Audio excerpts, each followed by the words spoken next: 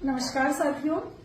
बार बार अभी मुझे मीडिया बंधुओं के फोन आ रहे हैं कि सरकार ने आपको एक नोटिस दिया है जिसमें लिखा है कि आचरण नियम का उल्लंघन करके मैंने मकान पर अवैध कब्जा कर रखा है भोपाल में।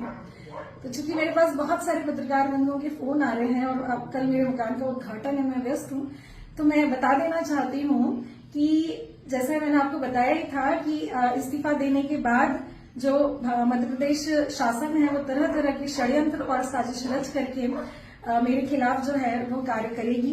और आप देख ही सकते हैं कि किस तरीके से मेरे इस्तीफे के बाद लगातार नोटिस पे नोटिस दे रहे हैं, जबकि ऐसी कोई बात ही नहीं है और मुझे इस्तीफा के पहले आज तक कोई नोटिस भी नहीं मिला।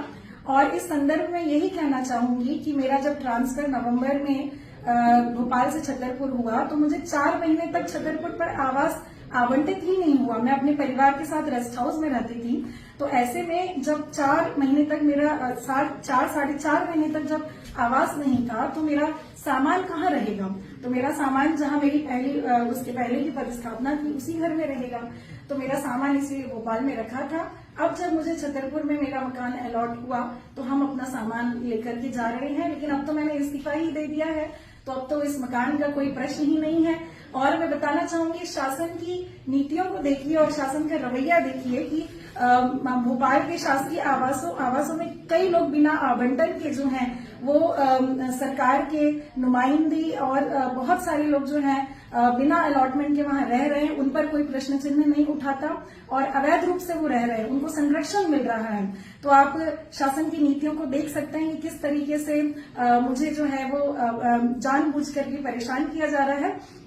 मुझे मालूम था कि इस तरह की चीजें आएंगी और लेकिन हम इन सब चीजों से डरते नहीं हैं, हम डटकर मुकाबला करेंगे। ये जितनी नकारात्मकता मेरे बारे में प्रचारित करेंगे, मुझे लगता है कि मुझे उतनी ही सकारात्मक ऊर्जा मिलेगी अपने उद्देश्यों तक पहुंचने के लिए।